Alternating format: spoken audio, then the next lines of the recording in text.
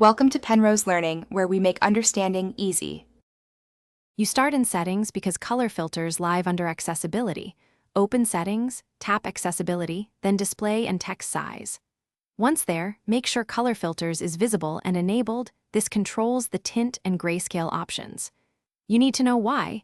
Filters override display color profiles, so enabling lets you diagnose software versus hardware issues. Now, enable color filters and pick a sample filter. Check Photos or System UI to see immediate effect. If nothing changes, move on to the calibration and reset steps.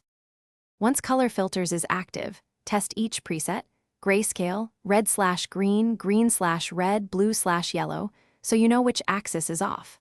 Then, make sure night shift and true tone are off to avoid confounding shifts. Those modify color temperature. If filters misbehave, remove any configuration profile or custom display profile in VPN and device management because profiles can enforce tints. Next, perform a display settings reset via general right arrow transfer or reset right arrow reset all settings. This restores defaults without erasing your data.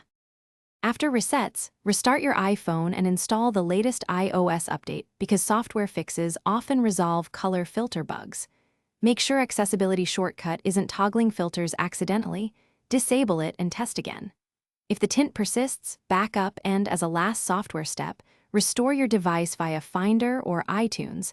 This rules out corrupted settings. One key troubleshooting tip.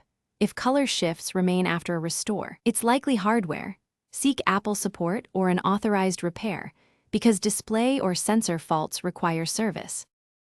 Thanks for watching. If this was helpful, leave a like and consider subscribing. See you next time.